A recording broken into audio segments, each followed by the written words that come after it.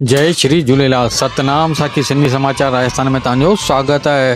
दोस्तों, जयपुर शहर की खबर चेटीचंड सिंधी मेला समिति महानगर जयपुर जा चुनाव थियण वारा आहिनि 19 तारीख़ ते, जेके वठी करे अॼु नामांकन दाख़िल करण पहुता 3 प्रत्याशी। जी हाँ दोस्तों, 3 प्रत्याशी पहुता। 3 ॼणनि पंहिंजो भरियो नामांकन, जंहिंमें पहिरें नंबर ते हुआ दौलत त्रिलोकानी, ॿिए नंबर ते रमेश मोटवानी ऐं 3 नंबर ते दिलीप जी हरदासानी। इन्हनि टिनिनि पंहिंजो नामांकन भरियो। दोस्तों, टई पंहिंजे समर्थकनि सां गॾु गाजे बाजे सां गॾु आया ऐं पूरे जेको चइजे जोश खरोश सां गॾु भरियनि पंहिंजो नामांकन।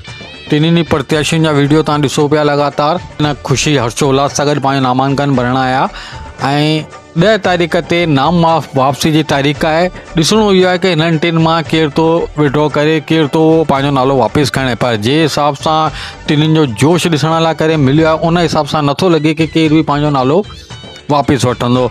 जी जेकी उमिरि चइजे युवा अवस्था आहे, युवा आहिनि टई, बिल्कुलु जेको जोश खरोश सां गॾु भरियल ऐं टिनिनि जी जेकी हिकिड़ी क्रांतिकारी सोच आहे, कुझु करे गुज़रण जी, कुझु नओं करण जी। चेटीचंड सिंधी मेला चुनाव जे अंदरि ऐं उन जे मेले खे वठी करे हिकिड़ी नई सोच, हिकिड़ी नई उमंग आहे। दोस्तों, हाणे ॾिसणो इहो आहे कि जयपुर जो जेका चेटीचंड सिंधी मेला समिति महानगर जा जेका वोटर आहिनि, उहे कंहिंजे सिर ते ताज था रखनि।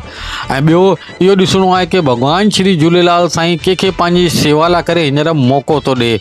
तो दोस्तों, सिंधी समाचार राजस्थान लगातार तव्हांखे चेटीचंड सिंधी मेला समिति हुजे या सिंधी समाज जी को भी ॻाल्हि हुजे, उन जे बारे में लगातार तव्हांखे अवगत कराईंदो रहंदो आहे, अॻियां बि कराईंदो रहंदो। त असांजो न अभी तो पूरे सिंधी समाज जो आहे। तव्हांजो पंहिंजो चैनल सिंधी समाचार राजस्थान, हिन खे लाइक करो, सब्सक्राइब करो, शेयर करो।